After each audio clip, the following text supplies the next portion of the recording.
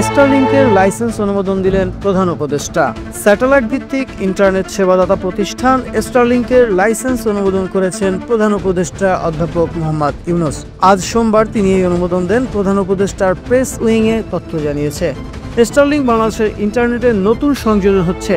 শ্রীলঙ্কার পরে দক্ষিণ এশিয়ার দ্বিতীয় দেশ হিসেবে বাংলাদেশে বৈশ্বিক এই স্যাটেলাইট ইন্টারনেট সেবাদাতা প্রতিষ্ঠান যাত্রা শুরু করছে বলে জানিয়েছে প্রেস উইং।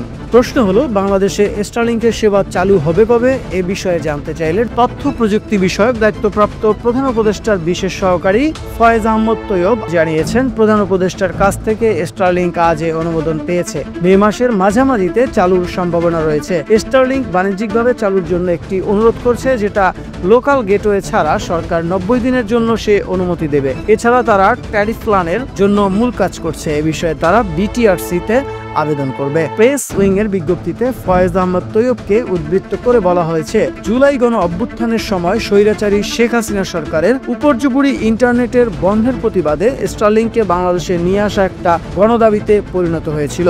পাশাপাশি বাংলাদেশকে বিনিয়োগ বান্ধব হিসেবে একটি বার্তা পৌঁছে দেওয়ার জন্য ইচ্ছা ছিল প্রধান উপদেষ্টার। প্রধান উপদেষ্টার তথ্য প্রযুক্তি বিষয়ক দায়িত্বপ্রাপ্ত এই বিশেষ সহকারী বলেন, বাংলাদেশের হাওর বাওর দ্বীপাঞ্চলে দুর্গম পার্বত্য এলাকায়, বিশেষভাবে উপকূলীয় দুর্যোগ প্রবণ এলাকার নিরবিচ্ছিন্ন এবং মানসম্পন্ন ইন্টারনেট সেবা পৌঁছে দেওয়ার চ্যালেঞ্জ রয়েছে। যেসব অঞ্চলে এখনো ফাইবার পৌঁছেনি, সেখানে দ্রুত সময়ে মানসম্পন্ন ইন্টারনেট পৌঁছে দেওয়ার চাহিদার পরিপ্রেক্ষিতে প্রধান উপদেষ্টা স্ব-উদ্যোগী হয়ে স্পেসএক্স সিইও ইলন মাস্ককে ফোন করে 90 দিনের মধ্যে স্টারলিংকে বাংলাদেশের কার্যক্রম শুরু করার আহ্বান জানান। এ লক্ষ্যে অর্জনে বিডা, বিডিআরসি, ডাক টেলিযোগাযোগ ও তথ্য প্রযুক্তি মন্ত্রণালয় এবং প্রধান উপদেষ্টার কার্যালয় নিবিড়ভাবে কাজ করছে।